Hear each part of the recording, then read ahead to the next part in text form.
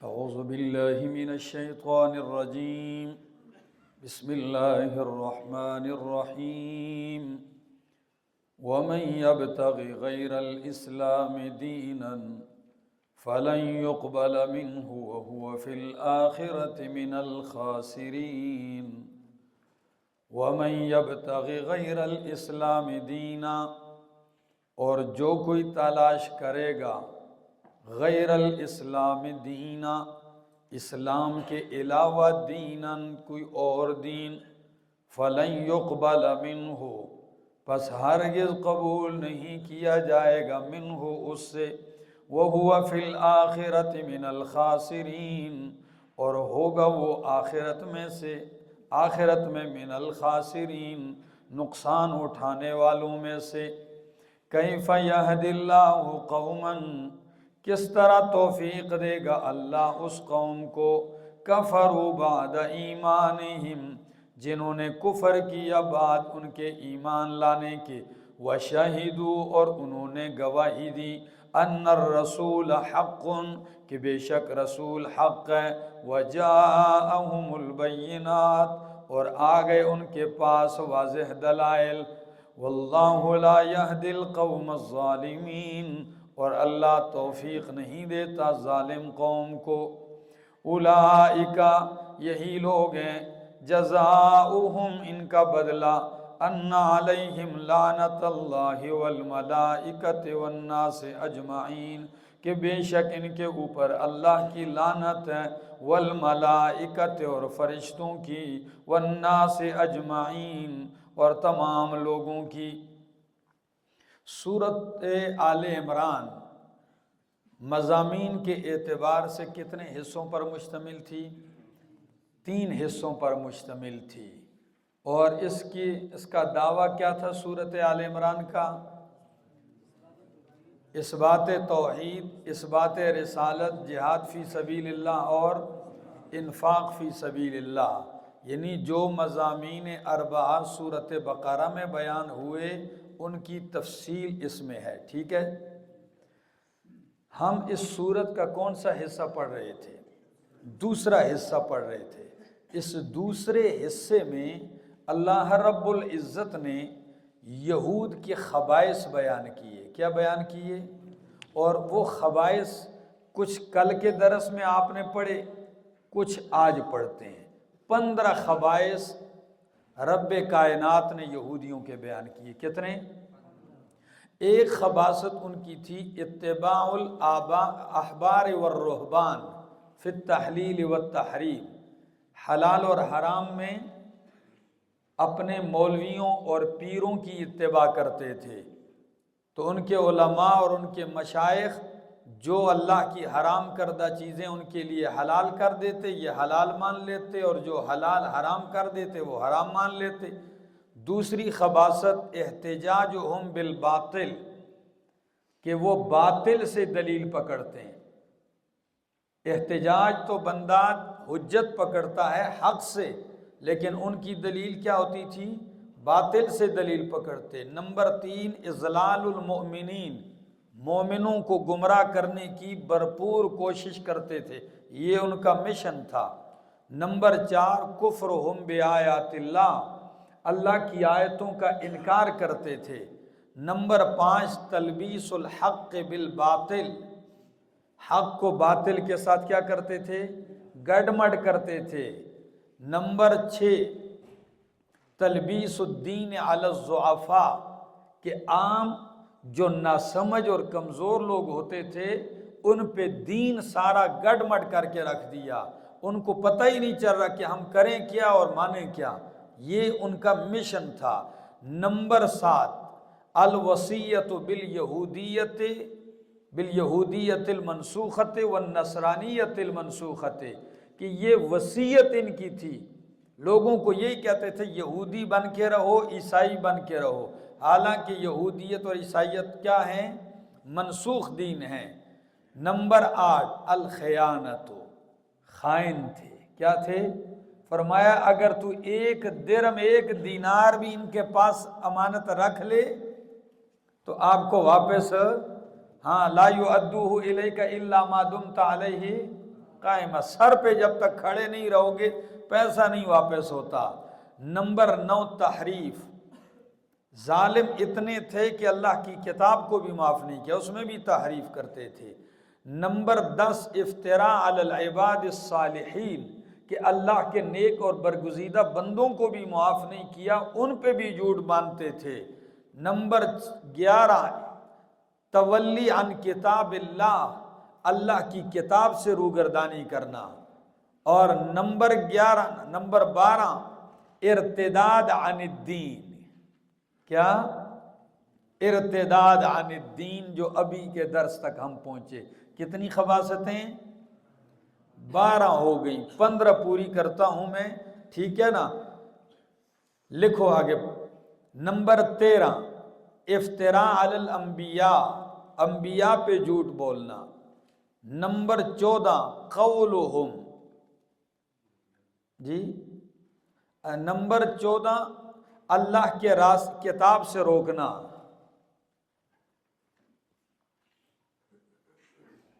Number 14 ہے کہ ہمارا قبلہ تمہارے قبلے سے پہلے ہے، لہٰذا ہم صحیح ہیں، تم نے سابقہ اور پرانے قبلے کو چھوڑ کے نیا قبلہ کیوں منتخب کیا ہے؟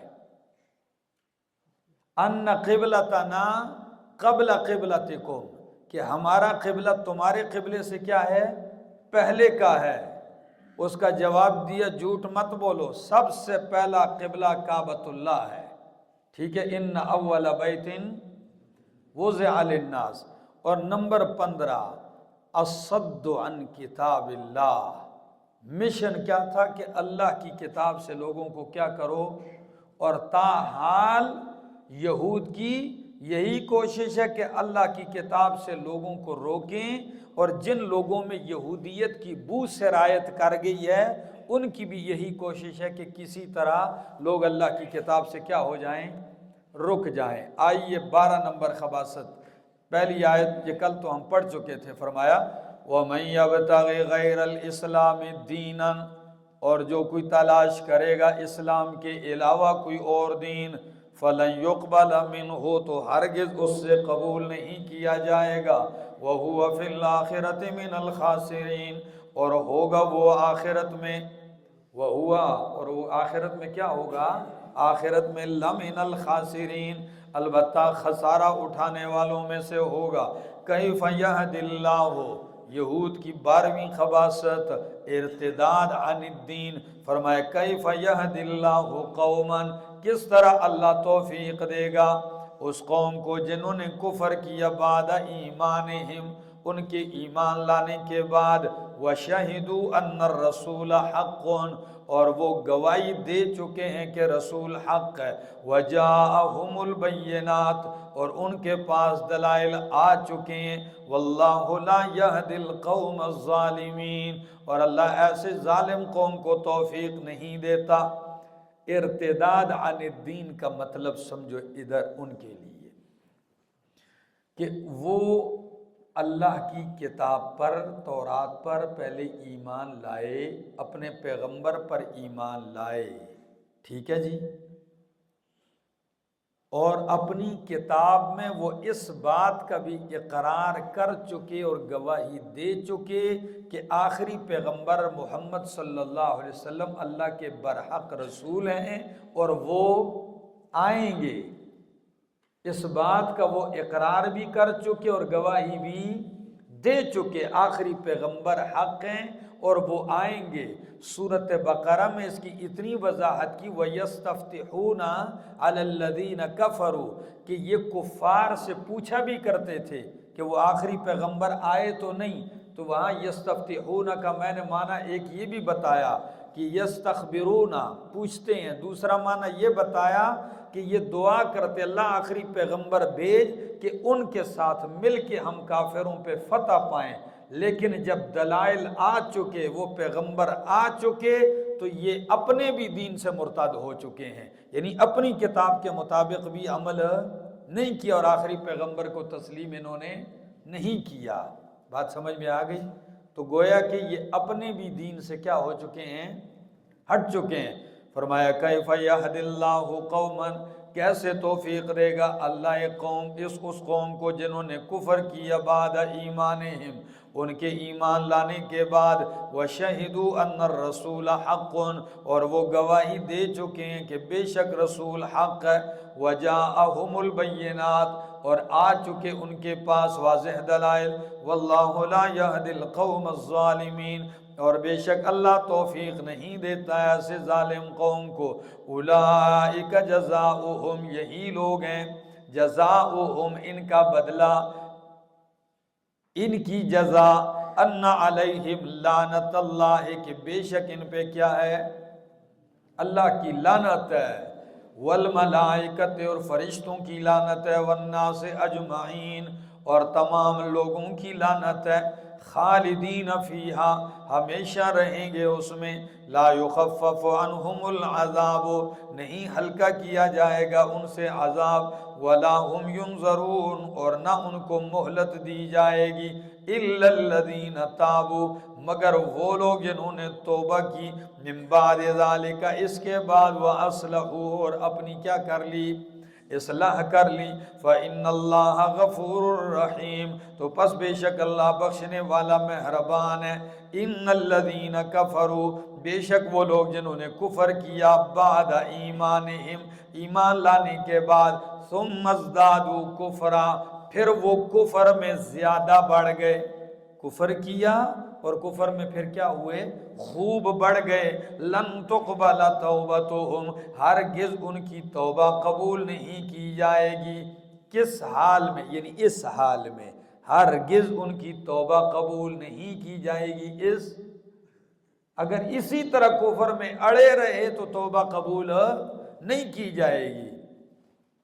یا دوسری بات کہ کفر اختیار کیا، پھر کفر میں آگے بڑھے، جب آگے بڑھے تو مہر جباریت ختم القلب لگ گیا، اور جب مہر جباریت لگ جاتی ہے تو پھر توبہ کی توفیق ملتی نہیں تو قبول کیا ہوگی۔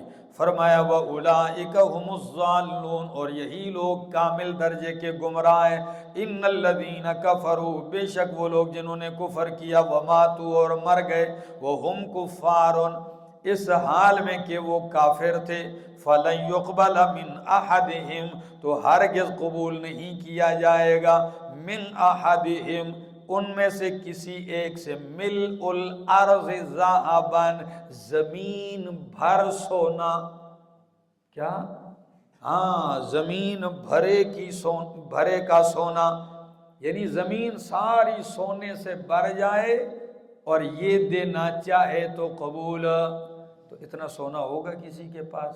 اس وقت تو پائی بھی کسی کے پاس نہیں ہوتی، کفن میں کوئی جیب ہوتا ہے کوئی ساتھ لے کے جائے؟ جی ہاں، کچھ مذاہب ایسے ہیں ہم نے سنا ہے کہ جب ان کا مردہ مرتا ہے تو وہ سونے چاندی کے ساتھ دفن کرتے ہیں اور منہ میں اس کے سونے کی انگوٹھی رکھ دیتے ہیں، ٹھیک ہے نا؟ تو اگر رکھ بھی دیں تو اس جہان میں ان کے کسی کے اختیار میں کسی کے پاس کچھ بھی نہیں ہوگا۔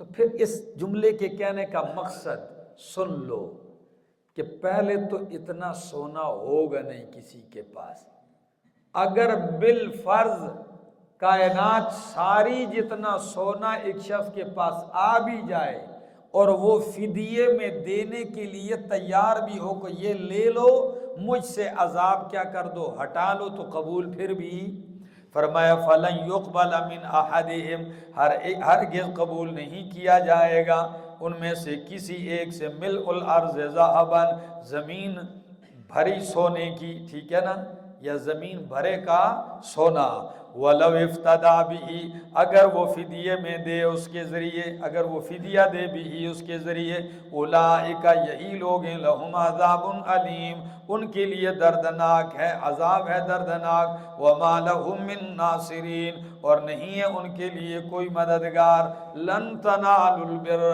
حتی تنفقوا مما تحبون، ہرگز تم نیکی نہیں حاصل کر سکتے، ترغیب الی الانفاق، کیا عنوان دو گے کہ اللہ کے راستے میں مال لگاؤ، کیا لگاؤ، مال لگاؤ، ہاں دین پہنچ جائے آسمان تک، ساری دنیا تک، اور پائی بھی نہ لگے میری، جی مسلمان یہ سوچتا ہے، سمجھ آئی؟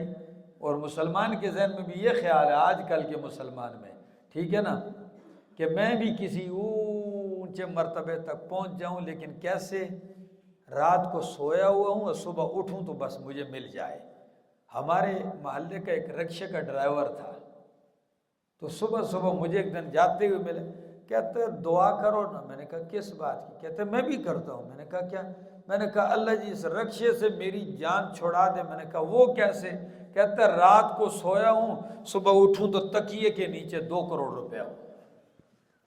ٹھیک ہے، ہاں، بس میری جان چھوٹ جائے۔ ہم مرتبے ایسے حاصل کرنے کی کوشش کرتے ہیں۔ فرمایا نہیں، ایک طریقہ کار ہے، جان لگاؤ، مال لگاؤ، محنت کرو۔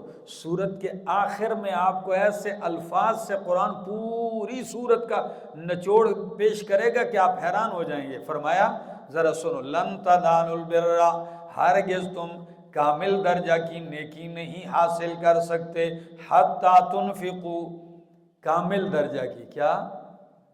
ہاں، البر کا، ہرگز تم کامل درجہ کی نیکی نہیں حاصل کر سکتے، حتی تنفقوا، یہاں تک کہ تم خرچ کرو، مما، ان چیزوں میں سے، تحبون، جن کو تم پسند کرتے ہو، محبت کرتے ہو۔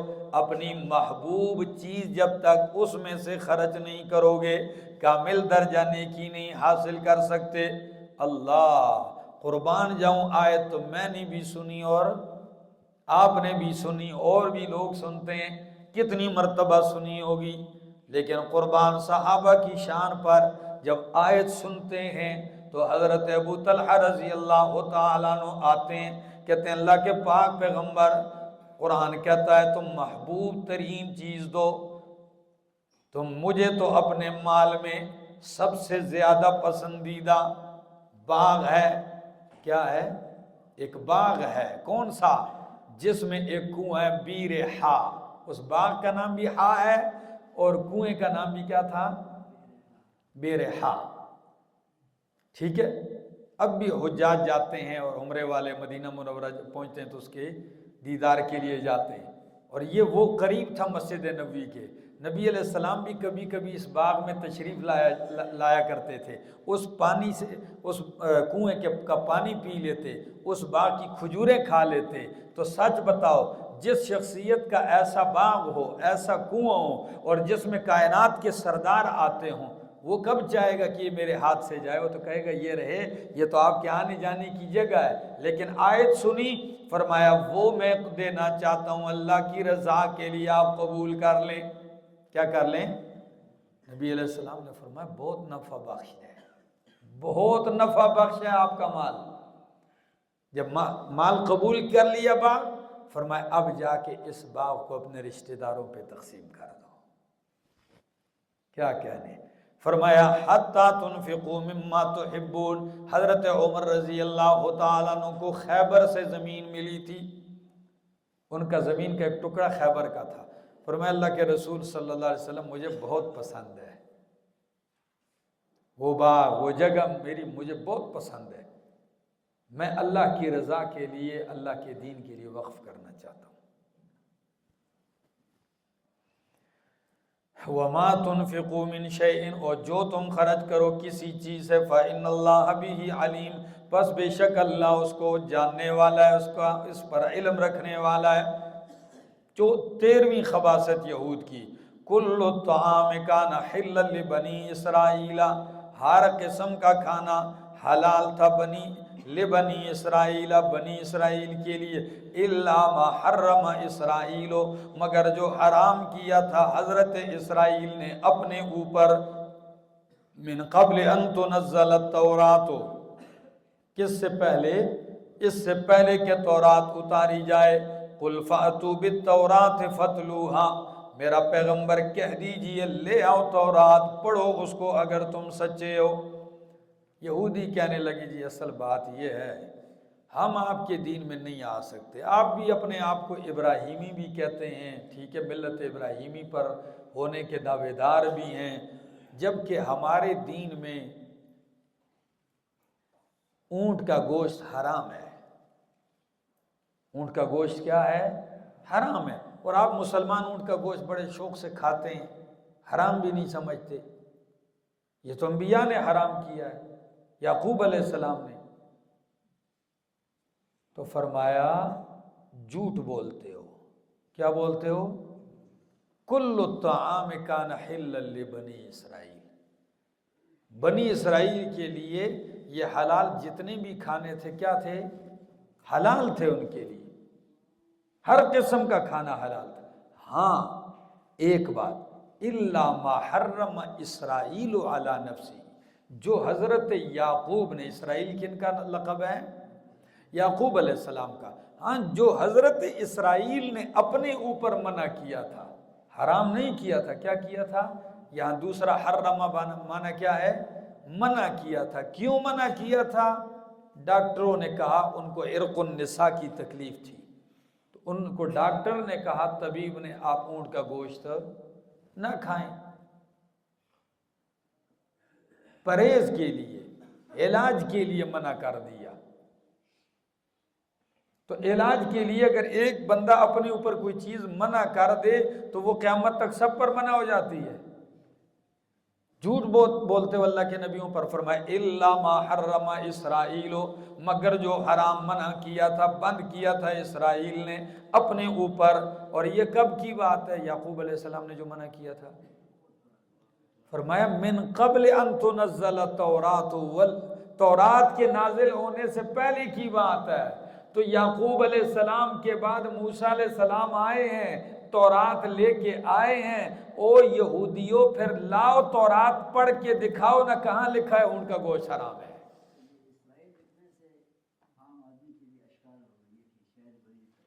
جی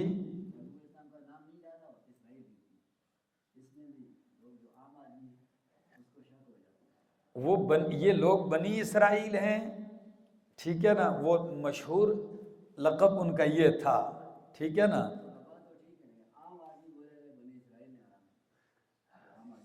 ہاں یہ بات ٹھیک ہے۔ فرمایا الا ما حرم اسرائیل علی نفسہ من قبل ان تنزل التوراۃ، اس سے پہلے کہ تورات اتاری جائے۔ فرمایا قل فأتوا بالتوراۃ، لاؤ تورات، فاتلوها، پڑھو اس کو، ان کنتم صادقین، اگر تم کیا ہو؟ سچے ہو۔ فمن افترى علی اللہ الکذب، پس جو اللہ پہ باندھے گھڑے جھوٹ، من بعد ذالک، اس کے بعد، فاولئک هم الظالمون، پس یہی لوگ ظالم ہیں۔ قل کہہ دیجئے صدق اللہ، اللہ سچ کہتا ہے۔ کیا کہتا ہے؟ ومن اصدق من اللہ قیلا، ومن اصدق من اللہ حدیثا، اللہ سے زیادہ سچی کس کی بات ہو سکتی ہے؟ فرمایا صدق اللہ، تم جھوٹ بولتے اور اللہ سچ کہتا ہے۔ جب اللہ سچ کہتا ہے تو فاتبعوا ملت ابراہیم، اتباع کرو ملت ابراہیم کی، وما کان من المشرکین، اور نہیں تھے وہ مشرکین سے۔ 14ویں خباثت یہود کی کہ ان قبلتنا قبل قبلتکم، ہمارا قبلہ تو تمہارے قبلے سے پرانا ہے اور پہلا ہے، تو تم نے پہلا قبلہ چھوڑ کر دوسرا قبلہ کیوں بنایا؟ بات سمجھ میں آ گئی؟ اس کا جواب کیا دیا؟ فرمایا جھوٹ بولتے ہو، پہلا قبلہ بھی کیا ہے؟ بیت اللہ ہے۔ وہ کون سا قبلہ ہے؟ قبلہ اول کون سا ہے؟ بیت اللہ ہے۔ آج بھی کئی سادے کہتے ہیں جی ہمارے قبلہ اول پہ یہود نے قبضہ کر دیا، کہتے ہیں کہ نہیں؟ قبلہ اول کون سا ہے؟ بیت اللہ ہے۔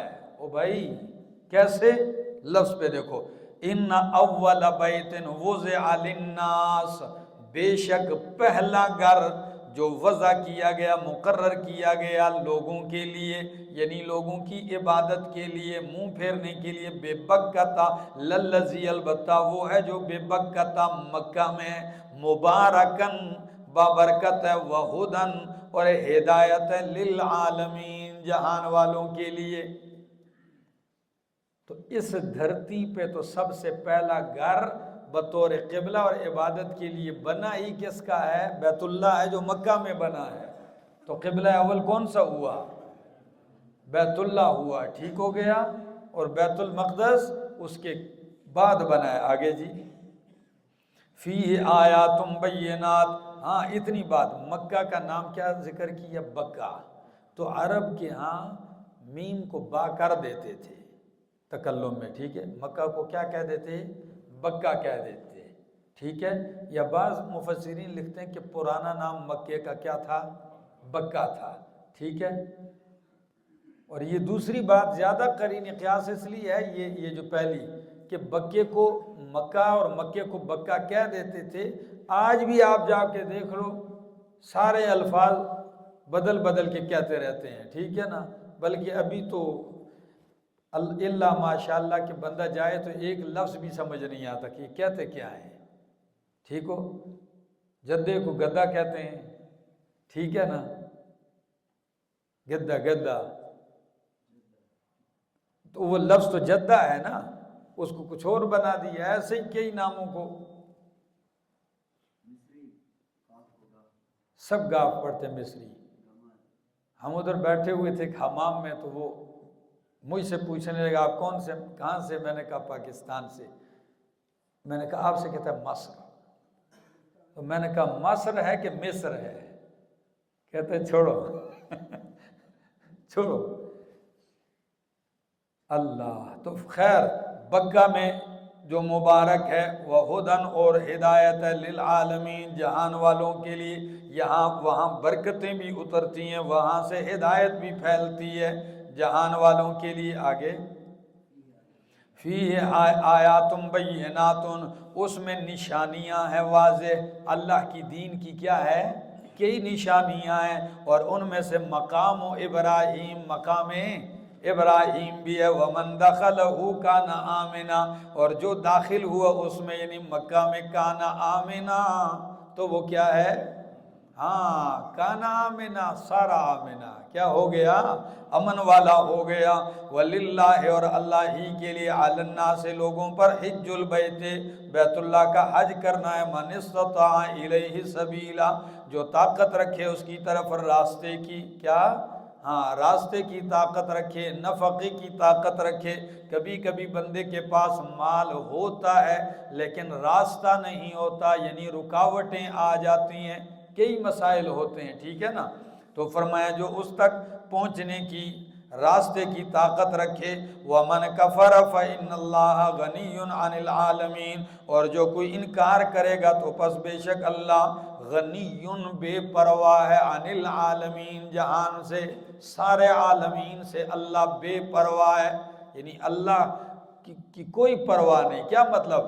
اگر سارے جہان والے رب کی عبادت پہ آ جائیں، سب ایک آنکھ بر جھپکنے کے برابر بھی نافرمانی نہ کریں، تو اس کی طاقت اور قدرت اور حکومت میں کوئی اضافہ، اور اگر سارے ہی کافر ہو جائیں تو تب بھی کوئی خطرہ نہیں۔ کیا مطلب؟ دنیا میں تو اگر عوام مخالف ہو جائے تو کرسی کو کیا ہونے لگتا ہے، لیکن اللہ کی سلطنت ایسی نہیں ہے کہ تم بھائی نیچے عوام جی مخالف ہو گئی، بندے مخالف، تو اب اللہ کی سلطنت کو کوئی خطرہ ہو جائے، ایسی بات، وہ بے پرواہ ہے جہان والوں سے۔ آگے، یا دوسرا معنی عن العالمین، یعنی اگر عبادت کرتے ہو تو تمہارا فائدہ، اور اگر کفر کرتے ہو تو میں تمہاری عبادتوں سے بے پرواہ ہوں، مجھے تمہاری عبادتوں کی ضرورت بھی۔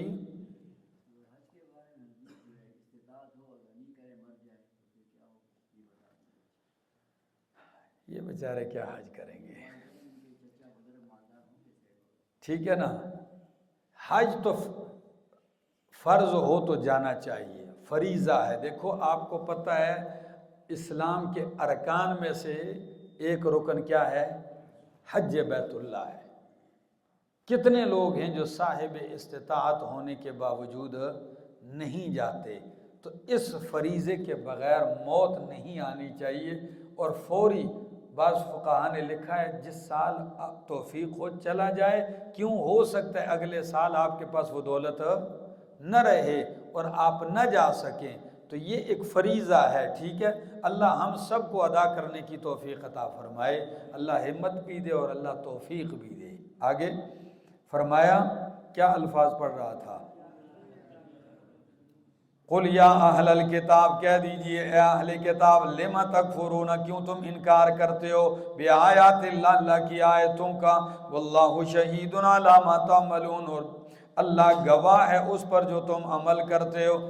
15ویں خباثت، قل یا اہل الکتاب، کہہ دیجئے اے اہل کتاب، لما تصدون عن سبیل اللہ، کیوں روکتے ہو اللہ کے راستے سے، من آمنا، ان کو جو ایمان لائے ہیں۔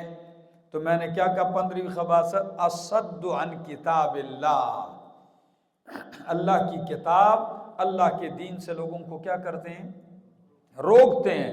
فرمایا لما تصدون، کیوں روکتے ہو اے اہل کتاب اللہ کے راستے سے، اللہ کی کتاب سے، اللہ کے دین سے، من آمنا، ان کو جو ایمان لائے، جو ایمان لے آیا اس کو جا کے روکتے ہو اللہ کے دین سے۔ ایسا نہ کرو، تبغونہا عوجا، تلاش کرتے ہو تم اس میں عوجا، کجی، کیا تلاش کرتے ہو، کجی تلاش کرتے ہو، عیب ٹٹولتے ہو، تمہیں کوئی عیب نظر آنے کا انتظار ہے، کسی طرح دین میں کوئی عیب، کوئی نقص نظر آ جائے۔ آگے وَأَنْتُمْ شُهَدَاءُ، اور حالانکہ تم گواہ ہو اس بات کہ یہ دین سچا ہے، وَمَا اللَّهُ بِغَافِلٍ عَمَّا تَعْمَلُونَ، اور نہیں ہے غافل اللہ ان کاموں سے جو تم کرتے ہو۔ یا ایھا الذین آمنوا ان تطیعوا فریقا من الذین اوتوا الکتاب، پہلے 15 خبائث بیان کیے، کیا بیان کیے، اب مومنوں کو منع کیا کہ تمہیں مرتد بنانے کی فکر میں لگے ہوئے ہیں، ان سے دوستیاں نہ کرو۔ اتنی خباثتیں جاننے کے باوجود بھی تم ان کو کیا بناتے ہو، دوست بناتے ہیں، وہ دوستی کے قابل نہیں ہے۔ فرمایا اے ایمان والو، اگر تم اطاعت کرو گے فریقاً، ایک فریق کی، من الذین اوتوا الکتاب، ان لوگوں میں سے جن کو کتاب دی گئی ہے، تو کیا کریں گے، یردوکم، پھیر دیں گے وہ تمہیں، بعد ایمانکم، تمہارے ایمان کے بعد کیا کر کے پھیر دیں گے، کافرین، کافر بنا کر، تمہیں کیا بنا کر، کافر بنا کر، دین سے پھیر دیں گے، مرتد بنا دیں گے تمہیں۔ وَكَيْفَ تَكْفُرُونَ، اور کس طرح تم انکار کر سکتے ہو، کافر کفر کر سکتے ہو، حالانکہ وَأَنْتُمْ تُتْلَى عَلَيْكُمْ آیات اللہ، حالانکہ تم پر پڑھی جاتی ہیں اللہ کی آیتیں، وَفِيكُمْ رَسُولُهُ، اور تمہارے اندر اللہ کا رسول ہے۔ کیونکہ صحابہ کرام کے محفل میں پیغمبر تھے، ان کے اندر موجود تھے، اور ان پہ اللہ کی آیتیں، فرمایا کیسے انکار کر سکتے ہو، یعنی تمہیں رسول کے ہوتے ہوئے، اللہ کی آیتوں کے ہوتے ہوئے تمہیں دین سے کسی طرح بھی کفر اختیار نہیں کرنا چاہیے۔ اور اب ہمارے اندر اللہ کی کتاب ہے، اللہ کے رسول نہیں تو اللہ کے رسول کی سنت ہے، کیا ہے، ہاں، کیونکہ ترکت فیکم امرین، میں چھوڑ کے جا رہا ہوں تمہارے اندر 2 چیزیں، لن تضلوا ما تمسکتم بہما، کبھی گمراہ نہیں ہوگے جب تک کہ ان دونوں کو تھامے رہو گے۔ وہ کیا ہے، کتاب اللہ و سنتی، اللہ کی کتاب اور میری سنت ہے۔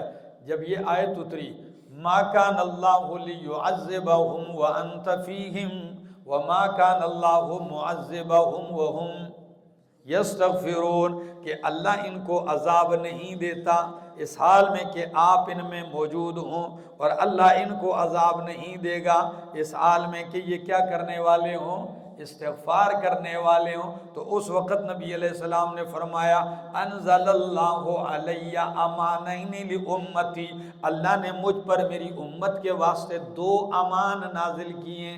کتنے امان، 2 امان نازل کیے۔ فرمایا ایک میں ہوں اور دوسرا استغفار ہے۔ عذاب سے رکاوٹ کتنی چیزیں، ایک میں ہوں اور دوسرا استغفار ہے۔ فَإِذَا مَضَيْتُ، جب میں چلا جاؤں گا تو تَرَكْتُ فِيهِمُ الْإِسْتِغْفَارَ إِلَى يَوْمِ الْقِيَامَةِ، استغفار ان میں چھوڑ جاؤں گا قیامت تک۔ رواہ الترمذی۔ ٹھیک ہے جی، آگے پڑھو میرا دوست۔ وَمَنْ يَعْتَصِمْ بِاللَّهِ، اور جو تھام لے اللہ کو، تو یعتصم باللہ، اللہ کو تھامنے کا یعنی بے کتاب اللہ، جو اللہ کی کتاب کو تھام لے، فقد ہدی الی صراط مستقیم، تو تحقیق اس کی رہنمائی کر دی گئی ہے صراط مستقیم کی طرف۔ یا ایھا الذین آمنوا، اے ایمان والو اتقوا اللہ، ڈرو اللہ سے، حق تقاتہ، جیسا کہ ڈرنے کا حق ہے۔ یہاں سے سورت کا تیسرا حصہ شروع ہو گیا۔ کون سا حصہ شروع ہو رہا ہے؟ تیسرا حصہ۔ اور تیسرے حصے کا دعویٰ کیا تھا؟ بولو نا، جہاد فی سبیل اللہ، انفاق فی سبیل اللہ، جہاد فی سبیل اللہ، انفاق فی سبیل اللہ۔ لیکن جہاد فی سبیل اللہ سے پہلے تمہارے اندر کچھ تاسیس جماعت کے لیے کچھ قواعد بھی بیان ہونے چاہیے۔ تو وہ قواعد 5 ہیں۔ تم کیسے منظم ہوگے؟ پہلا قاعدہ، یہ میں نے اصول میں پڑھایا تھا، آپ کو یاد ہے؟ جماعت کو منظم کرنے کے لیے جب اللہ کے راستے میں لڑو گے اور تمہاری اجتماعیت نہ ہو، تم منظم نہ ہو، تو کیسے لڑ سکو گے؟ لوگوں کا ہجوم تو بازار میں بھی ہوتا ہے کہ نہیں ہوتا؟ تو کیا وہ تنظیم کہہ سکتے ہیں اس کو؟ بولو، رش تو بازار میں بھی ہوتا ہے، لیکن اس کو ہم جماعت نہیں کہتے۔ کیوں نہیں کہتے؟ اس لیے کہ وہ منظم نہیں ہے۔ کیا نہیں ہے؟ ہاں، اور جب منظم نہیں تو ایک پٹاخہ پھٹنے سے سب تتر بتر ہوتے ہیں، اور جب منظم نہیں ہے تو ایک پر مصیبت آئے دوسرے کو خبر بھی نہیں، کوئی ادھر جا رہا ہے کوئی ادھر جا رہا ہے۔ اور اگر یہی منظم ہو جائے تو اس کو نام لوگ دیتے ہیں جلوس آ گیا، تو ہلچل کہاں تک مچتی ہے؟ تو تم منظم ہو، تو کیسے منظم ہوگے؟ اس کے لیے پہلا قاعدہ کہ عقیدہ ایک ہو۔ سب کا کیا ہو؟ عقیدہ ایک ہو تمہارا۔ 2 عقیدوں والے تو 2 بھائی بھی ہوں تو ایک گھر میں ایک باپ سے پیدا ہوں تو بھی ان کا جوڑ نہیں آتا۔ تو کیا خیال ہے؟ لوگ کہتے ہیں آؤ اتحاد کرتے ہیں۔ کیا کرتے ہیں؟ وہ بھائی جب عقائد ہی الگ الگ ہیں تو اتحاد ہو سکتا ہے؟ بھائی نہیں، وہ جوڑنا ہے، وہ جوڑنا ایلفی کے ساتھ جوڑو تو اور بات ہے، باقی وہ جوڑیں گے چھوڑیں گے نہیں۔ عقیدہ ایک ہو۔ نمبر 2 کہ تمہارا قانون کتاب و سنت ہونا چاہیے۔ تمہارے مسلمانوں کی تنظیم کا قانون کیا ہونا چاہیے؟ کتاب و سنت۔ اور تیسری شرط، تیسرا قاعدہ کہ تمہارے سارے ارکان فعال ہونے چاہیے۔ سویا ہوا کیا جو جہاد کرے گا؟ ادھر سو رہا ہے ادھر سو رہا ہے، جی کوئی فعال ہی نہیں، کوئی حرکت ہی نہیں۔ نمبر 4 اپنی اس جماعت پہ مال بھی لگاؤ۔ کیا لگاؤ؟ مال بھی لگاؤ۔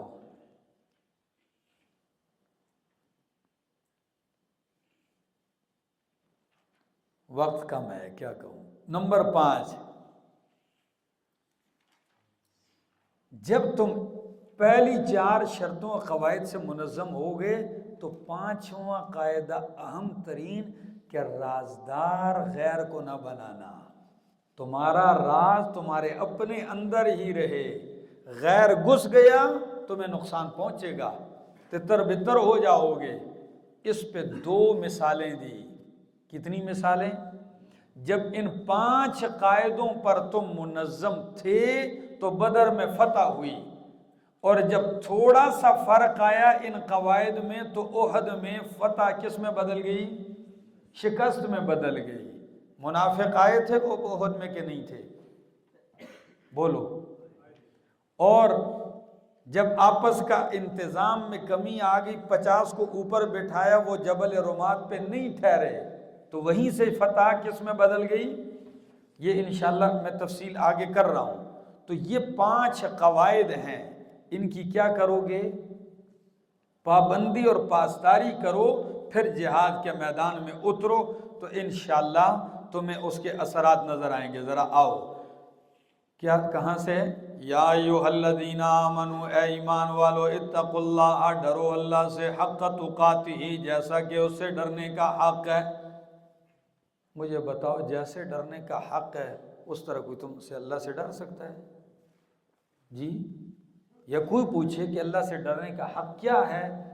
تو مستدرک حاکم میں حضرت عبداللہ ابن عباس رضی اللہ تعالیٰ عنہ بہت عجیب تشریح کرتے ہیں، کہتے ہیں کہ حق تقاتہ کا مطلب ہے ان یطاع فلا یعصى، کہ اللہ کی اطاعت کی جائے پس نافرمانی نہ کی جائے، وان یذکر فلا ینسى، کہ اس کو یاد کیا جائے بھلایا نہ جائے، وان یشکر فلا یکفر، اور یہ کہ اس کی شکر گزاری کی جائے نہ شکری نہ کی جائے۔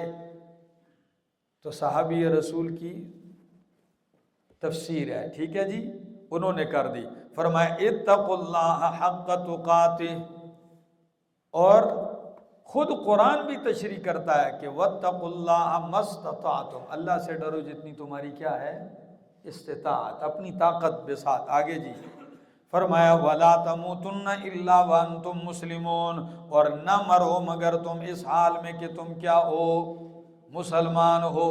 اسلام کی حالت میں تمہیں موت آنی چاہیے، تو اب موت کسی کے اپنے اختیار میں، نہ مرو مگر تم مسلمان مرو۔ آیت کا مطلب کیا ہے؟ یعنی اسلام میں رہو ہمیشہ، تو مرو گی بھی کس پر؟ اسلام میں مرو گے۔ جب موت کے دیکھو، ایک شخص دکانداری کرتا ہے ساری زندگی، تو مرتا ہے تو لوگ کہتے ہیں فلان دکاندار مر گیا، کیا؟ ایک شخص ڈرائیونگ کرتا ہے تو کہتے ہیں فلان ڈرائیور مر گیا، تو تم ساری زندگی اسلام میں رہو گے تو کیا کہیں گے؟ فلان مسلمان مر گیا۔ بھائی سمجھ میں آ گئی؟ اسلام میں رہو تو تمہاری موت کس پہ آئے گی؟ اسلام پہ آئے گی۔ آگے جی وَلَا تَمُوتُنَّ إِلَّا وَأَنْتُمْ مُسْلِمُونَ۔ آگے جی وَاعْتَصِمُوا، دوسرا قاعدہ وَاعْتَصِمُوا بِحَبْلِ اللَّهِ جَمِيعًا۔ پہلا قاعدہ تھا کہ عقیدہ ایک ہو، ٹھیک ہے۔ دوسرا وَاعْتَصِمُوا بِحَبْلِ اللَّهِ جَمِيعًا، کہ تمہارا قانون کتاب و سنت ہونا چاہیے۔ فرمایا وَاعْتَصِمُوا، اور تھام لو، اعتصام منگول بالکل زور سے تھام لینا۔ فرمایا وَاعْتَصِمُوا، اور تھام لو بِحَبْلِ اللَّهِ، اللہ کی رسی کو۔ کس کو؟ یا اللہ کی رسی کسی جگہ لٹک رہی ہے، جا کے اس کو پکڑنا ہے۔ میں نے اصول میں آپ کو یہی آیت نکلوائی تھی کہ قرآن کا ایک نام حبل اللہ ہے، اللہ کی رسی، اور نبی علیہ السلام کی حدیث سنائی کہ ان ھذا القرآن سبب طرفہ بید اللہ وطرفہ بایدیکم، کہ یہ قرآن اللہ کی رسی ہے، اس کا ایک سرا اللہ کے ہاتھ میں اور دوسرا سرا تمہارے ہاتھ میں، تو اس کو تھام لو۔ فَإِنَّكُمْ لَن تَضِلُّوا بَعْدَهُ وَلَن تَهْلِكُوا بَعْدَهُ أَبَدًا، کبھی بھی تم ہلاک نہیں ہوگے، گمراہ نہیں ہوگے۔ وَاعْتَصِمُوا بِحَبْلِ اللَّهِ، تھام لو اللہ کی رسی کو، جمیعا۔ وَاعْتَصِمُوا جمع کا صیغہ ہے، سارے تھامو، جمیعا اکٹھے ہو کے تھامو۔ تو مطلب کیا ہے کہ تمہاری اجتماعیت بھی قرآن کے تھامنے سے ہی ہوگی۔ کس سے؟ ہاں آگے وَلَا تَفَرَّقُوا، اور فرقہ مت ڈالو، فرقوں میں مت بٹو، ٹکڑوں میں مت بٹو، ٹھیک ہے نا۔ قرآن سے ہٹو گے تو کس میں بٹو گے؟ قرآن سے ہٹو گے تو فرقوں میں بٹو گے۔ فرمایا وَاذْكُرُوا نِعْمَتَ اللَّهِ عَلَيْكُمْ، یاد کرو اللہ کی نعمت کو جو تمہارے اوپر ہے۔ کیا نعمت ہے؟ اِذْ كُنْتُمْ أَعْدَاءً، جب تھے تم دشمن، فَأَلَّفَ بَيْنَ قُلُوبِكُمْ، پس محبت ڈال دی، الفت ڈال دی تمہارے دلوں میں، فَأَصْبَحْتُمْ بِنِعْمَتِهِ إِخْوَانًا، پس تم ہو گئے اللہ کی نعمت سے بھائی بھائی۔ او میرا دوست، مثال نہیں سمجھے، تم کافر تھے، صدیوں سے کفر کی حالت میں بھی لڑ رہے تھے، خون کے پیاسے تھے، اللہ نے نعمت قرآن سے تمہارے دلوں کی نفرتیں دور کر کے محبت بھر دی۔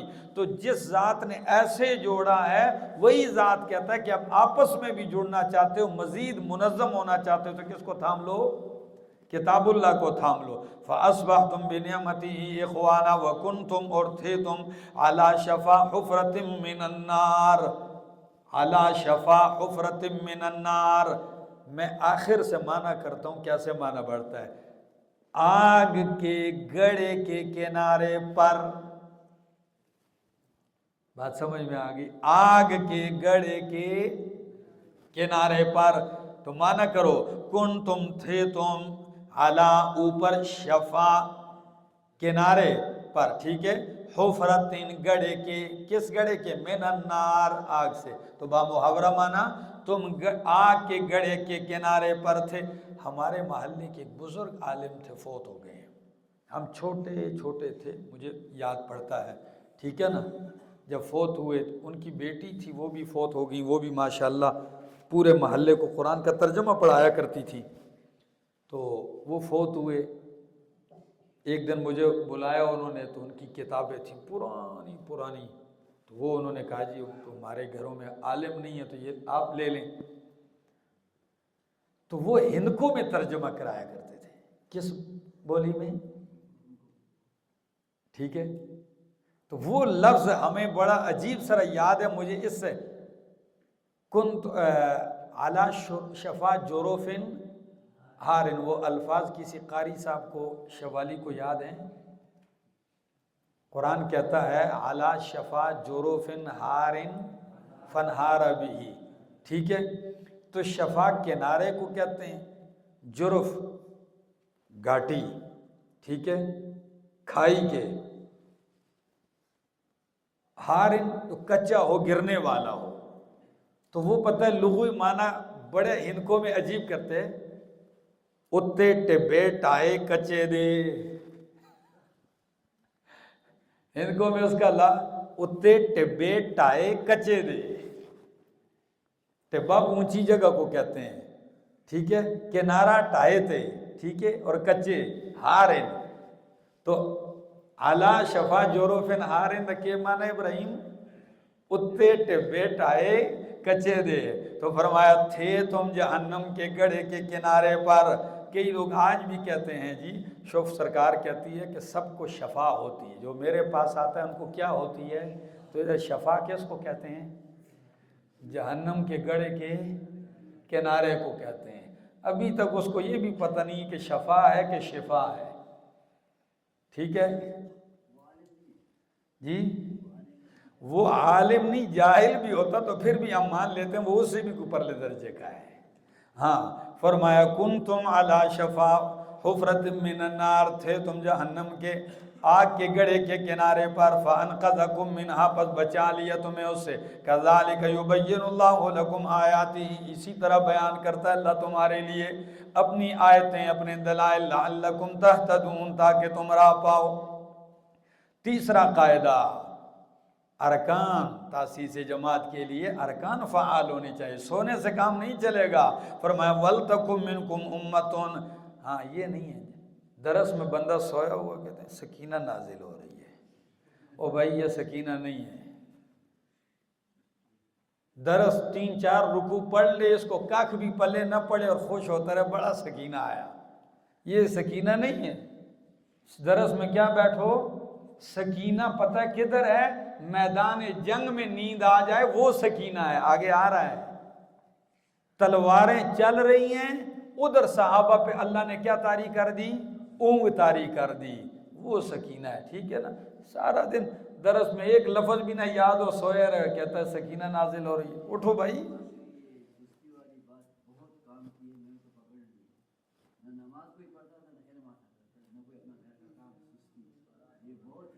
چستی. ہاں مومن.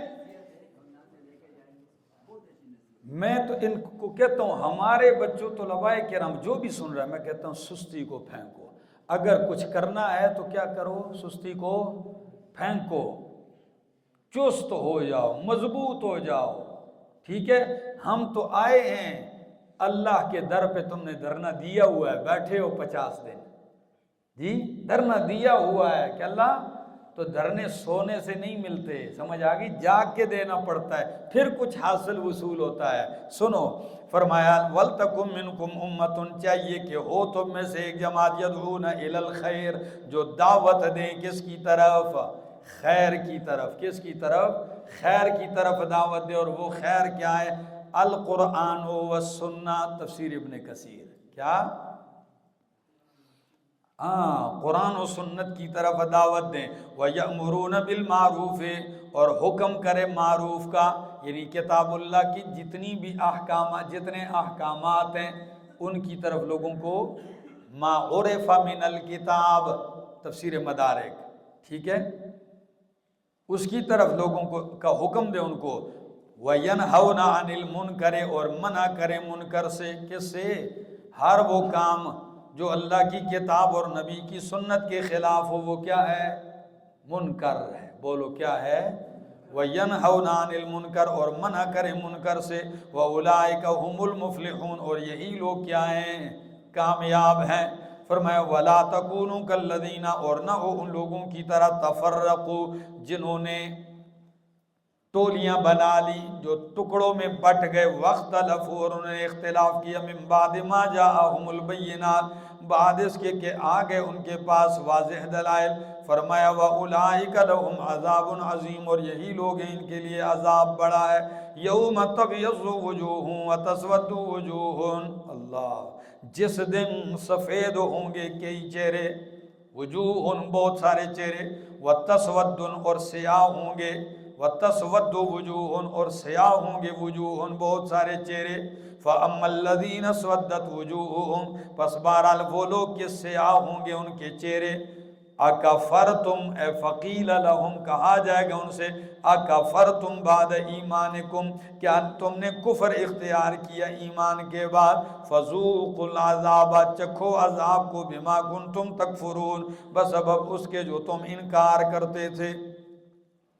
او بھائی میری طرف دیکھو، نیکی اور برائی برابر، لا تستوی الحسنۃ ولا السیئۃ، پکی بات ہے، نیکی اور گناہ برابر، اچھا، تو اسی طرح نیکی کرنے والے اور گناہ کرنے والے بھی برابر، ہاں ٹھیک ہے نا، لا یستوی اصحاب النار و اصحاب الجنہ، وہ بھی برابر نہیں، اچھا، تو نیکی اور گناہ کا اثر بھی ہوتا ہے، کیا ہوتا ہے؟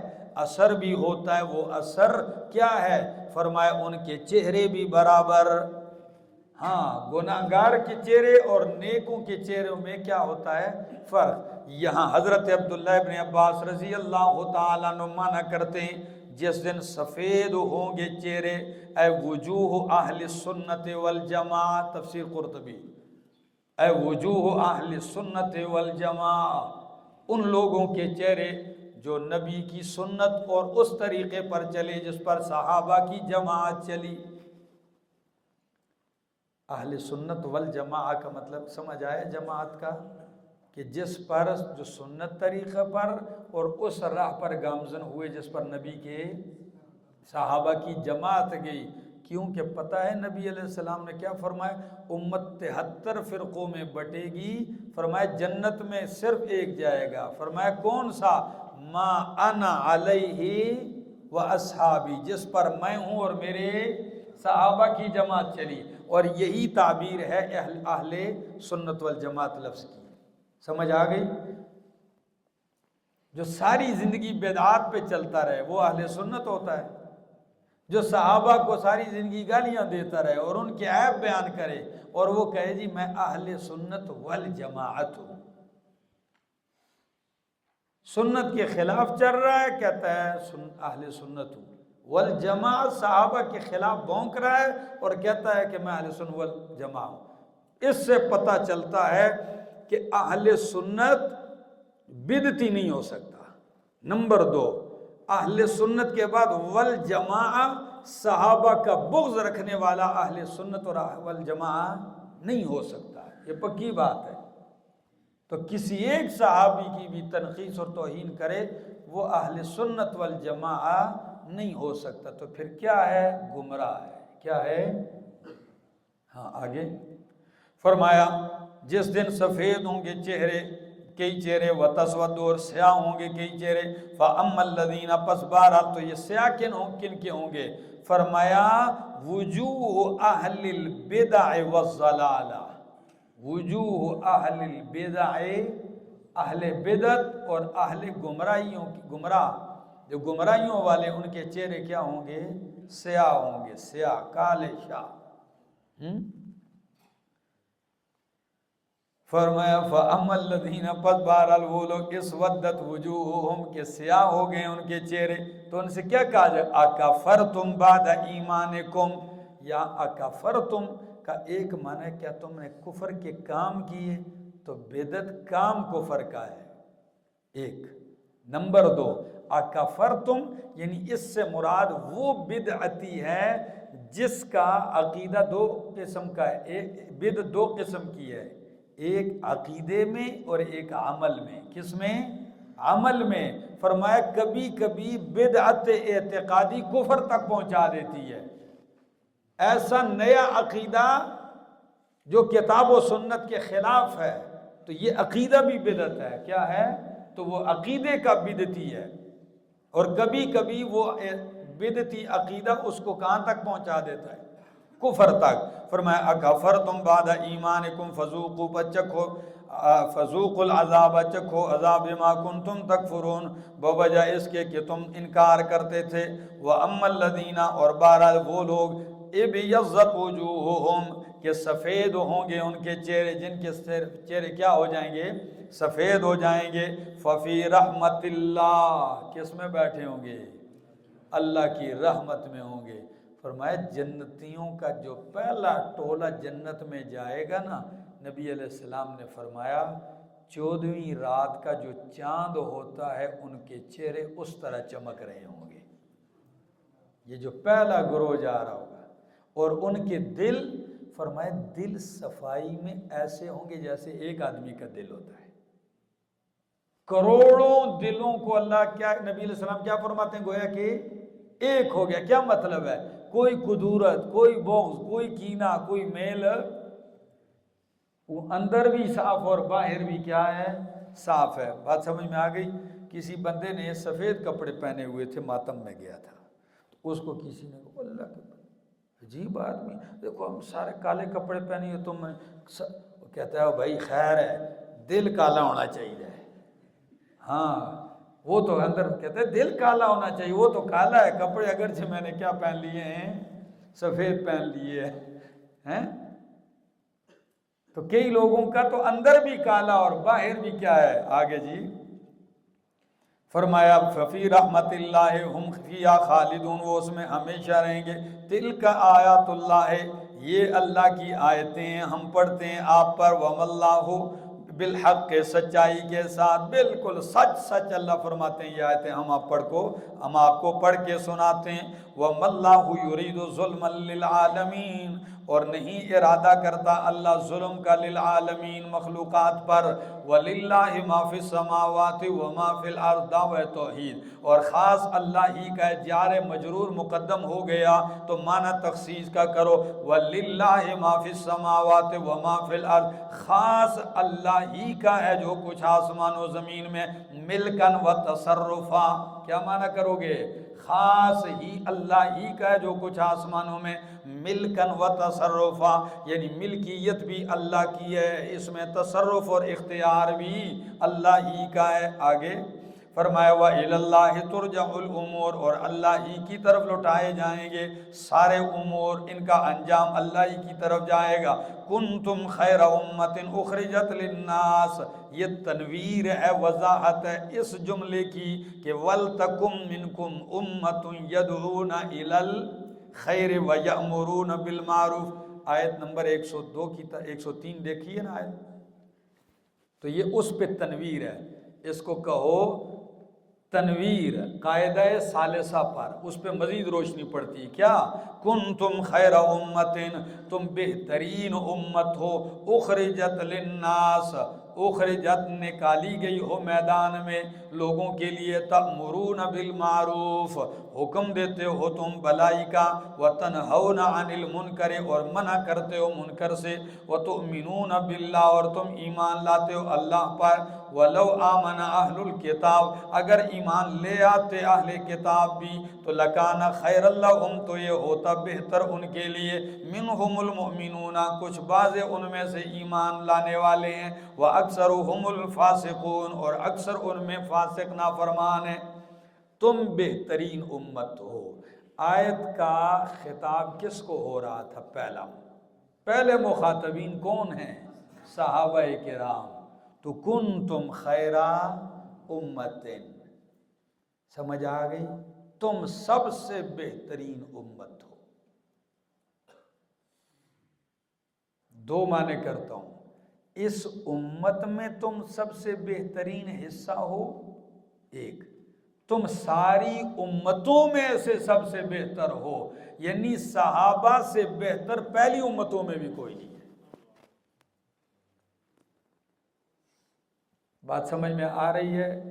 اور حدیث سنو، فرمایا خیر القرون قرنی، بہترین زمانہ میرا زمانہ ہے، ثم الذین یلونہم، پھر جو ان کے بعد ان سے ملے ان کا، ثم الذین یلونہم، پھر صحابہ کا، تابعین کا، اور پھر تبع تابعین کا۔ کنتم خیر امت، اچھا وجہ کیا ہے؟ تم بہترین امت ہو اس لیے کہ تمہیں تیار کیا گیا ہے، پیغمبر نے تمہیں تیار کیا ہے، اور اس کے بعد تم امر بالمعروف کرتے ہو، نہی عن المنکر کرتے ہو۔ دو لفظوں کو سنو میرا دوست، پہلے امر بالمعروف کے لیے معروف کی پہچان ضروری ہے۔ کیا؟ امر بالمعروف کے لیے معروف کی پہچان، اس کو خود نہیں تو وہ معروف کا حکم کیسے دے گا؟ کیا خیال ہے؟ نمبر دو، منکر کہ کون سی چیز غلط ہے، بدعات کی پہچان، شرکیات کی پہچان، محرمات کی پہچان ہو اس کو، ٹھیک ہے؟ جتنے بھی منکر کام ہیں، پھر اس پہ کیا کرے گا؟ نکیر۔ تو جس کو نہ خود معروف کا پتہ ہو اور نہ ہی منکر کا پتہ ہو، اور وہ کہے کہ میں کیا کرنے لگ گیا ہوں؟ امر بالمعروف اور نہی عن المنکر کرنے لگ گیا ہوں، تو وہ الٹا چلنے لگ جائے گا۔ سمجھ میں آ گئی؟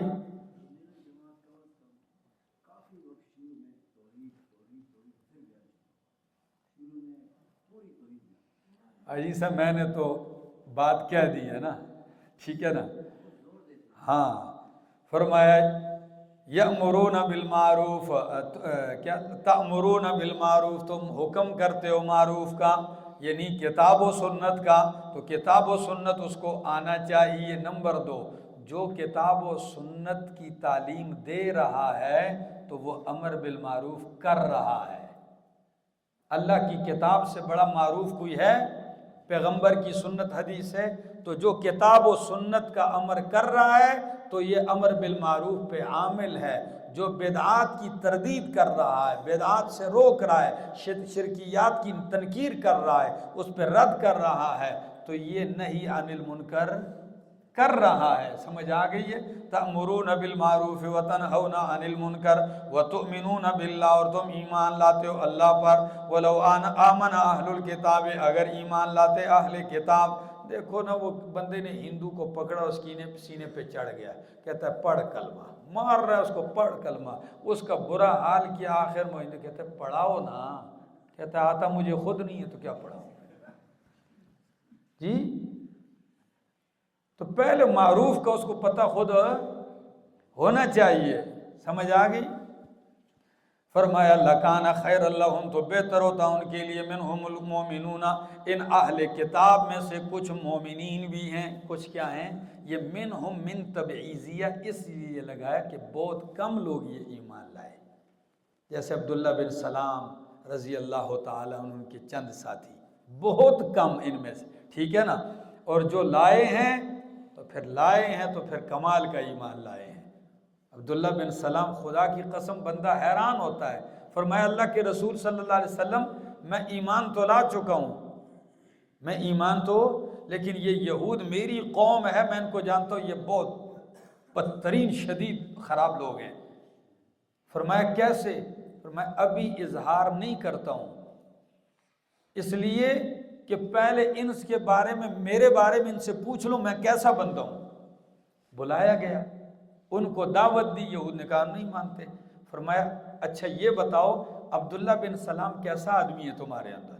سارے کہنے لگے ہوا سیدنا و ابن سیدنا، ہمارا لیڈر ہے، سردار ہے، اس کا باپ بھی شریف آدمی تھا، وہ بھی۔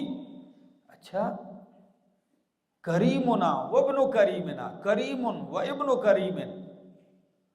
فرمایا اگر وہ ایمان لے آئے، وہ جی وہ نہیں لاتا، اگر لے آئے جی پھر ہم مان لیں گے۔ نبی علیہ السلام نے کہا عبداللہ بن سلام کہاں ہے، ذرا سامنے آؤ۔ عبداللہ بن سلام سامنے آئے، تورات پکڑی ہوئی ہے۔ آتے ہی کہا یہودیوں کیا یہ تورات میں نہیں لکھا؟ دیکھو نا چہرے کو، یہ نہیں لکھا، یہ نہیں لکھا۔ بتایا جب ساری حقیقت کھولی تو ایک دم کایا پلٹ کے کہنے شر و ابن شر۔ کیا دیر؟ ہاں میڈیا آج بھی یہودیوں کا ہے، میڈیا آج بھی یہودیوں کا ہے۔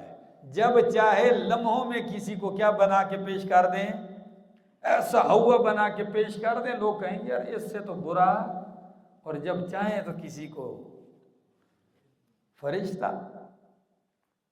ایک لمحے میں ادھر ہی کھڑے، یہ بھی شریر اور اس کا باپ بھی شریر۔ لیکن قربان جاؤں عبداللہ بن سلام رضی اللہ تعالیٰ عنہ، بڑی خدمات ہیں، ٹھیک ہے نا؟ کاش وقت ہوتا تو میں کچھ کہہ دیتا۔ تو جی یہ ان کی خباثتوں میں شامل تھا، دیر بھی نہیں لگی، ٹھیک ہے نا؟ ہاں آگے جی۔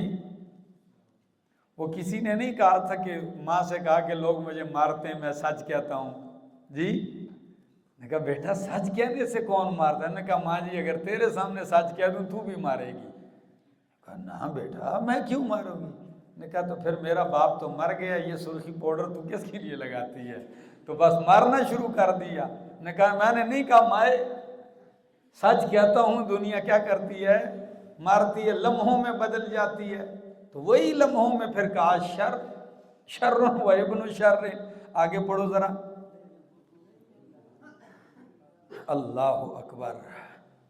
لن یضرکم، فرمایا نہیں نقصان دے سکتے یہ تمہیں، الا اذا، مگر زبان کی اذیت، الا اذا ستانا، اردو میں معنی کیا کیا ہے؟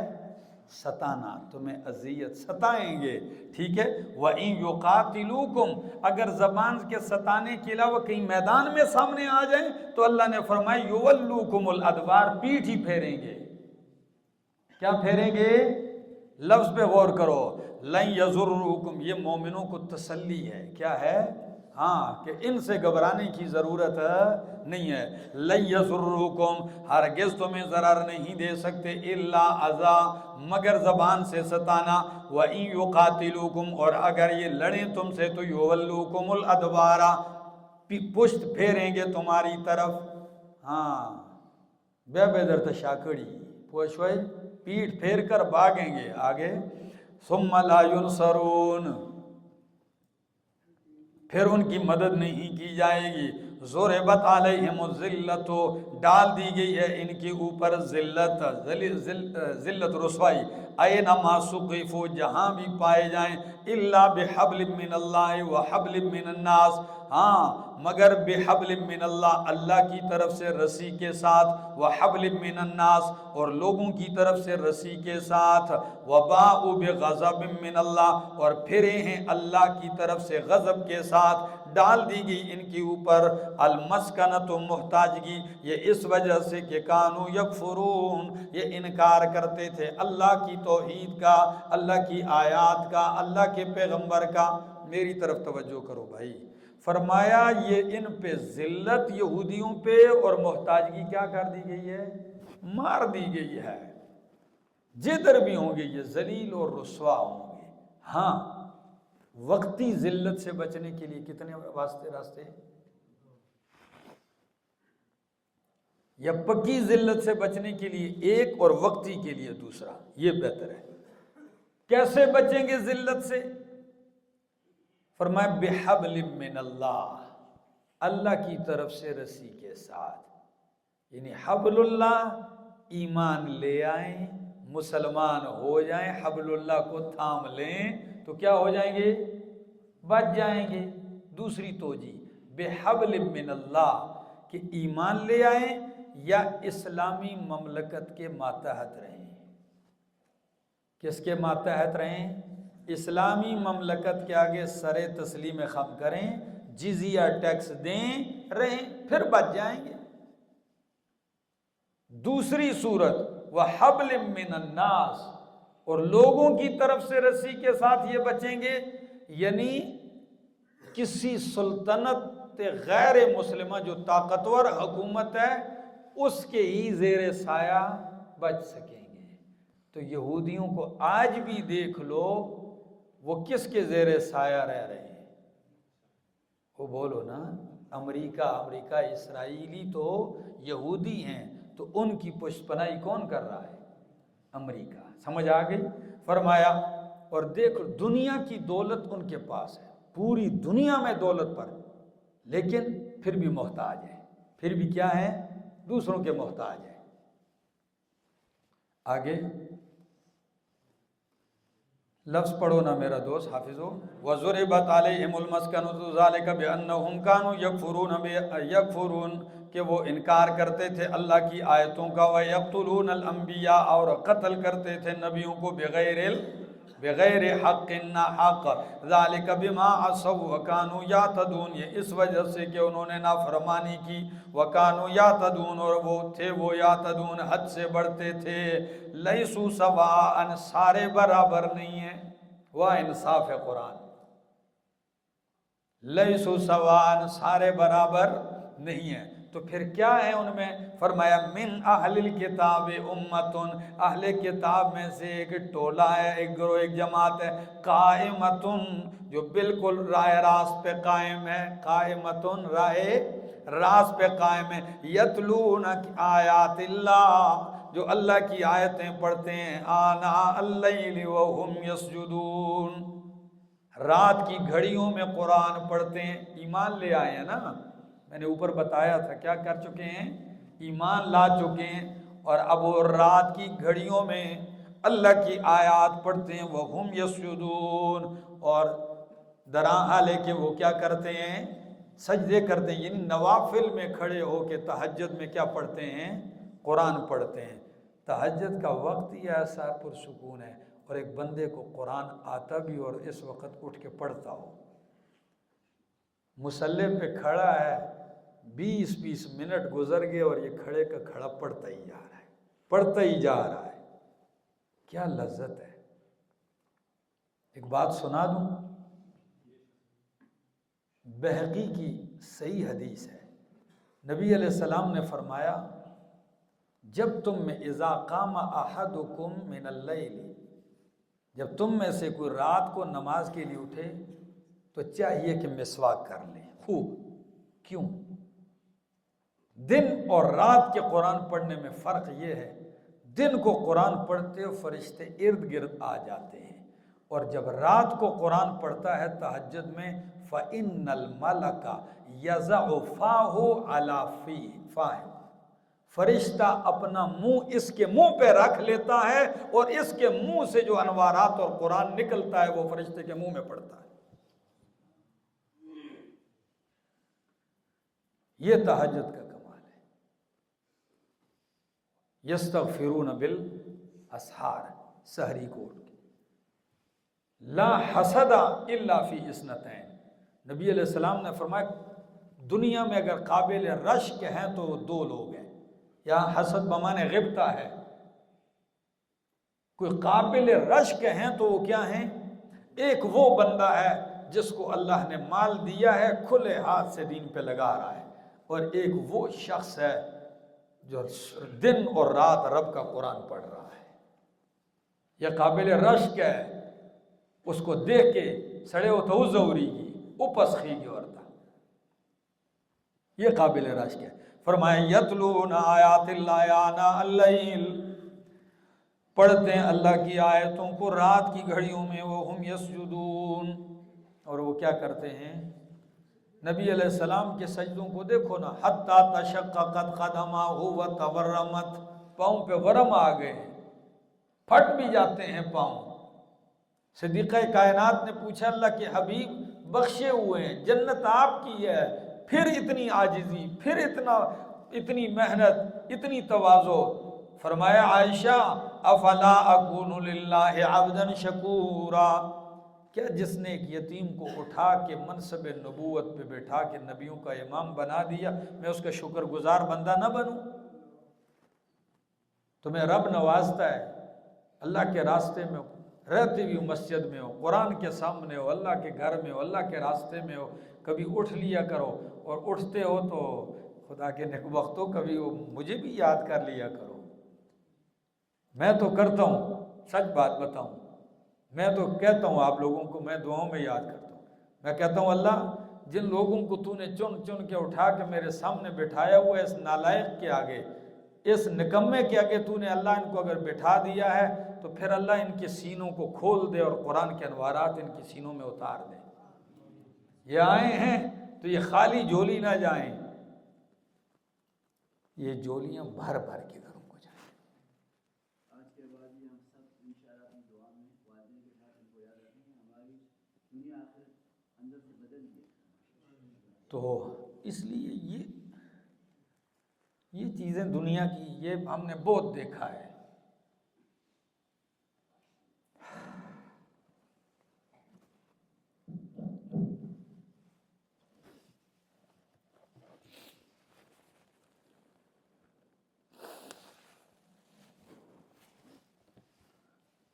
پتہ نہیں کہاں ہوتے اور کیا کرتے، کدھر سے اٹھایا اور کدھر لا کے بٹھا دیا، شکر کا مقام نہیں۔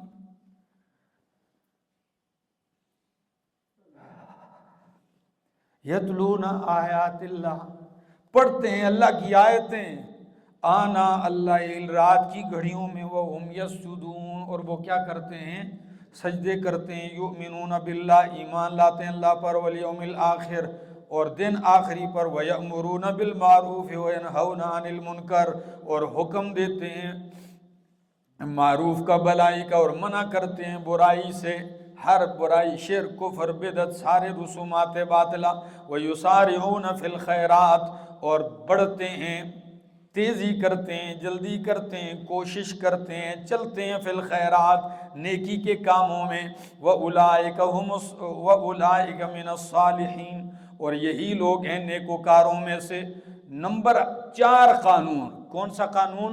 چوتھا قانون، وَمَا يَفْعَلُوا مِنْ خَيْرٍ، اور جو یہ کریں من خیر، نیکی سے، من خیر، نیکی، خیر مال کو بھی کہتے ہیں، کیا؟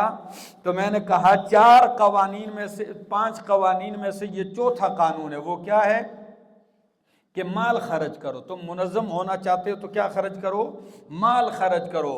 وَمَا يَفْعَلُونَ، وَمَا يَفْعَلُوا مِنْ خَيْرٍ، اور وہ جو کریں من خیر، کسی بلائی سے، یعنی مال بھی لگائیں، فَلَنْ يُكْفَرُوهُ، تو اس کی ناقدری نہیں کی جائے گی۔ واہ میرے اللہ، فرمایا اگر یہ مال لگائیں گے میرے دین کے لیے تو ناقدری نہیں ہوگی۔ آپ کا کیا خیال ہے؟ آپ کا مال لگتا ہے، اس کی ناقدری ہوگی؟ نہیں ہوگی۔ آگے واللہ علیم بالمتقین، اور اللہ خوب جاننے والا ہے متقین کو۔ ان الذین کفروا، بے شک وہ لوگ جنہوں نے کفر کیا، لن تغنی عنہم اموالہم، نہیں کام آئے گا ان سے ان کا مال، ولا اولادہم، اور نہ ان کی اولاد، من اللہ، من عذاب اللہ، اللہ کے عذاب سے، شیئا، ذرہ بھی۔ مال اور اولاد کی خاطر اگر کفر اختیار کرتے ہیں تو وہ ان کے کام نہیں آئے گا۔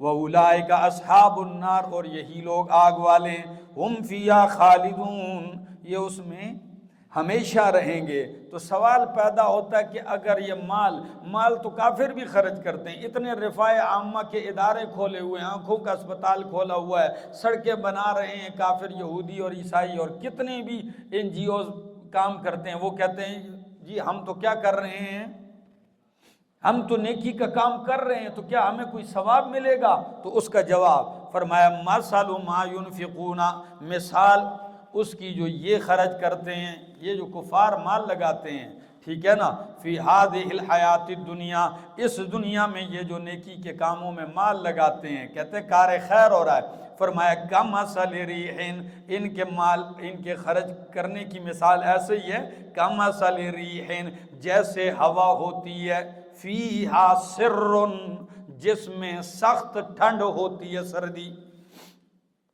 سر کا معنی جالا باری بھی کہتے ہیں، جس میں کیا ہوتی ہے، اولے ہوتے ہیں، ایک معنی سر، شدید لہر سردی کی، سر۔ تیسرا معنی جو حد درجہ گرم لو چلتی ہے، ازداد میں سے ہے، حد درجہ ٹھنڈی ہوا چلے تب بھی فصلیں تباہ، اور حد درجہ گرم لو چلے تب بھی فصلوں کو کیا کر دیتی ہے۔ تو فرمایا کمثل ریح، جیسے ہوا فیہا سر، جس میں سخت سردی ہو، اصابت حرث قوم، جو پہنچے ایک قوم کی کھیتی کو، ظلموا انفسہم، جنہوں نے ظلم کیا ہے اپنے اوپر، فاہلکت ہو، تو اس کو برباد کر دے، وما ظلمہم اللہ، اللہ نے ان پہ کوئی ظلم نہیں کیا، ولکن انفسہم یظلمون، لیکن اپنی جانوں پر یظلمون، وہ ظلم کرتے ہیں۔ کیا مطلب ہے میرا دوست؟ مطلب یہ ہے کہ یہ جو مال خرچ کرتے ہیں، ان کے مال نیکی کے کاموں میں یہ ایسا ہی ہے کہ آپ نے کھیتی باڑی کی، فصل تیار ہونے کو ہے، اوپر ایسی ہوا چلی، سب کو کیا کر دیا، فصل راکھ کر کے رکھ دی۔ ان کے اوپر بھی موت جب آئے گی تو ان کی کوئی نیکی ان کے کام، فصل تباہ، ان کی سارے کار خیر کیا ہیں۔ ہاں دنیا میں اگر ان کی کوئی تعریف کر دی جائے، لوگ ان کو اچھا کہہ دیں تو وہ ہو دنیا کی باتیں ہیں، آخرت میں ان کو کوئی حصہ نہیں ملے گا۔ آگے جی، یا ایھا الذین آمنوا، اے ایمان والو، لا تتخذوا بطانۃ من دونکم، نہ بناؤ رازدار، من دونکم، اپنوں کے علاوہ۔ پانچواں قانون، تم منظم ہونا چاہتے ہو تو اپنوں کے علاوہ کسی کو کیا نہ بناؤ میرا دوست، رازدار نہ بناؤ۔ بیتانہ میں نے کہا کس کو کہتے ہیں، استر کو۔ ویسکوٹ کا جو کپڑا کا اندر حصہ ہے اس کو کیا کہتے ہیں، بیتانہ۔ بستر میں بھی اندر کی جانب اس کو استر کہتے ہیں، وہ اندر ٹچ ہوتا ہے آپ کے جسم سے۔ تو مطلب کیا ہے کہ اندر کی باتیں کسی باہر والے دشمن کو نہ بتاؤ۔ تمہارے ملک کے، تمہاری اجتماعیت کے راز اگر ان کے پاس پڑے ہوں گے تو تم خاک محفوظ رہو گے، خاک لڑ سکو گے ان سے۔ فرمایا لا تتخذوا بطانۃ، نہ بناؤ رازدار، من دونکم، اپنوں کے علاوہ، یعنی مسلمانوں کے علاوہ۔ کیوں نہ بناؤ؟ وجہ کیا ہے، لا یعلونکم خبالا، وہ نہیں کمی کرتے تمہارے بارے میں، تمہارے لیے خبالا، نقصان کی، فساد کی، نقصان، خبالہ کمی کو، نقصان تاوان کو، تمہارے نقصان فساد کی کمی، جب بھی موقع ملے تمہارے نقصان میں لگے رہتے ہیں۔ اعلی یعولو کا معنی ہوتا ہے کمی کرنا، تو لا یعلونکم خبالا، وہ نہیں کمی کرتے تمہارے نقصان کی، ودو، بلکہ وہ تو چاہتے ہیں، ما عنتم، جس قدر تم مشقت میں پڑے رہو، قد بدت البغضاء من افواہہم، تحقیق ظاہر ہو چکی ہے، بغضاء دشمنی، بغض، من افواہہم، ان کے منہوں سے، وما تخفی صدورہم، اور جو چھپایا ہے ان کے سینوں نے، اکبر، وہ اس سے بھی بڑا ہے۔ کیا ہے؟ کبھی کبھی بغض کی باتیں جو ان کے منہوں سے سنتے ہو، یہ تو وہ ہے جو ظاہر ہو چکی ہیں، تم یہ جانتے ہو، جو اندر ہے اللہ فرماتے وہ میں جانتا ہوں، وہ اس سے بھی کیا ہے، بڑا ہے۔ تمہارا بغض، تمہاری دشمنی۔ آگے، قد بینا لکم الآیات، تحقیق ہم نے بیان کر دی ہیں تمہارے لیے آیتیں، ان کنتم تعقلون، اگر تم عقل رکھتے ہو۔ تنبیہ، کیا تنبیہ کیا ہے، ہا انتم اولائے، تم وہی لوگ ہو، تحبونہم، ان سے محبت کرتے ہو، ولا یحبونکم، وہ تم سے محبت نہیں کرتے، وتؤمنون بالکتاب کلہ، تم ساری کتابوں پر ایمان لاتے ہو، وہ تمہاری کتاب پر ایمان نہیں لاتے، وَإِذَا لَقُوكُمْ قَالُوا آمَنَّا، اور جب وہ تم سے ملتے ہیں یہ منافق تو کہتے ہیں ہم ایمان لے آئے، وَإِذَا خَلَوْا، اور جب جدا ہوتے ہیں، مزو چلتے ہیں تمہاری محفل سے، تو عَزُّوا عَلَيْكُمُ الْأَنَامِلَ مِنَ الْغَيْظِ، چباتے ہیں تم پر انگلیاں غصے سے۔ اس سے بھی زیادہ وضاحت چاہیے؟ فرمایا تم وہی لوگ ہو، ان سے محبتیں کرتے ہو، میں ان کے دلوں کا حال بتاتا ہوں، وہ تم سے محبت نہیں کرتے۔ تم ساری کتابوں پر ایمان لاتے ہو، وہ تمہارے قرآن کو ماننے کے لیے تیار نہیں ہیں۔ اچھا، سامنے آتے ہیں آمنا، اور جب چلتے ہیں تو کہتے ہیں ہائے موقع ہے میں ان کا خون چوس لوں، انگلیاں چباتے ہیں۔ سمجھ آ گئی؟ جب حد درجہ کسی کو غصہ آتا ہے تو پھر اپنی انگلیوں پہ چک لگاتے ہیں۔ تو فرمایا عزو علیکم الاناملہ، ٹھیک ہے نا؟ آپ نے کبھی کبھی دیکھا نا، کتا بھی کبھی کبھی اپنے آپ کو چک لگاتا ہے، ٹھیک ہے نا؟ تو یہ بالکل وہی ہیں، اپنے آپ کو چک لگاتے ہیں، تمہارے خلاف اتنا غصہ ہے ان کے اندر۔ تو اللہ فرماتے ہیں تم ڈٹ جاؤ اپنے دین پہ۔ اب اگر کوئی غصہ کرتا ہے قل موتوا بغیظکم، کیا کہو؟ موتوا بغیظکم، مر جاؤ اپنے غصے میں۔ ہاں، بغیظکم فی غیظکم کا معنی بھی کرو، اپنے غصے میں مر جاؤ ایک، یا موتوا بغیظکم، مر جاؤ اپنے غصے کی وجہ سے، یعنی اتنا غصہ ہو جاؤ کہ یہ غصہ تمہیں کیا کر دے؟ مار دے۔ ان اللہ علیم بذات الصدور، بے شک اللہ جانتا ہے سینوں کے راز۔ ان تمسس کا، یہی ہے نا؟ اگر پہنچے ان تمسسکم حسنتن، ان کی دلوں کی حالت سنو، اگر پہنچے تمہیں حسنتن کو بلائی، نیکی، خوشحالی، تو تسؤہم، ان کو بری لگتی ہے۔ تمہیں کوئی ترقی مل جائے، انعام مل جائے، فتح مل جائے، کوئی اور ایسی نوازشات ہوتی ہیں تو ان کو کیا ہونے لگتی ہے؟ ان کو برا لگتا ہے۔ میں نے ایک جمعے کے بیان میں کہا نا کہ حاسد دوسرے کا حسد معلوم کرنا چاہتے ہو نا تو کبھی محفل میں دیکھ لیا کرو ایک بندے کو، جب کسی شخص کی تعریف ہونے لگے اور کسی کے دل میں اس کی حسد ہو تو اس کے چہرے کی رنگت ایک بدلے گی اور ادھر ایک دم موضوع تبدیل کر کے کسی اور کی بونگیاں مارنے لگے گا، یا ادھر اپنی تعریفیں کرنے لگ جائے گا۔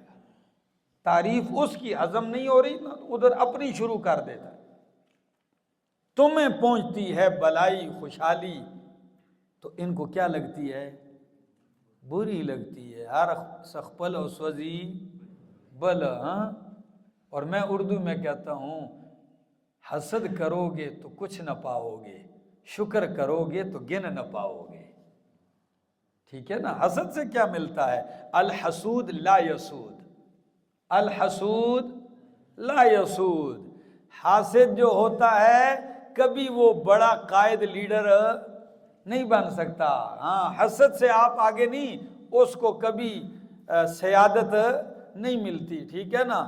بس وہ حسد میں ڈوبتا ہی چلا جاتا ہے۔ اور کسی نے سچ کہا کہ حاسد کو بد دعا بھی نہ دیا کرو کہ اللہ اس کو شوگر لگائے، اللہ اس کو کینسر لگائے، نہیں نہیں، وہ جس بیماری میں مبتلا ہے وہ شوگر اور کینسر سے بھی کیا ہے؟ بڑی ہے۔ یہ حسد ایسی چیز ہے۔ ہاں، اور اپنے لیے دعا کیا کرو کہ اللہ ہمارے دلوں سے حسد کی میل کو صاف کر دے، ٹھیک ہے نا؟ فرمایا تو بری لگتی ہے ان کو۔ وَإِن تُصِبْكُمْ سَيِّئَةٌ، اور اگر پہنچتی ہے تمہیں سیئۃ، تکلیف، یہاں سیئۃ کا معنی کیا ہے؟ تکلیف، مصیبت، تو یفرحوا بہا، خوش ہوتے ہیں اس کے ساتھ۔ وَإِن تَصْبِرُوا، اگر تم صبر کرو، وَتَتَّقُوا، اور تقوی اختیار کرو، تو لا يَضُرُّكُمْ كَيْدُهُمْ شَيْئًا، ساری چیزوں کا حل بتا دیا مسلمانوں کو کہ کافر جتنی بھی سازشیں کرے، جتنی بھی آگ بگولا ہوں تمہارے خلاف، تمہیں نسخہ دے رہا ہوں، وہ کیا؟ ان تصبروا، کیا کرو؟ صبر، ڈٹ جاؤ ایک اپنی جگہ نا، وَتَتَّقُوا، اور تقوی اختیار کرو۔ میرے شیخ یہاں تتقو کا معنی کرتے ہیں سستی سے بچ جاؤ۔ کس سے بچ جاؤ؟ ہاں، او بھائی سست آدمی مار کھاتا ہے نا، تو تم صبر کرو اور سستی پیچھے چھوڑ دو۔ تو فرمایا لا یضرکم کیدہم شیئا، تمہیں ان کی تدبیریں کوئی نقصان نہیں دے سکتی۔ ان اللہ بما یعملون محیط، بے شک اللہ اس پر جو وہ عمل کرتے ہیں محیط، گھیرنے والا ہے۔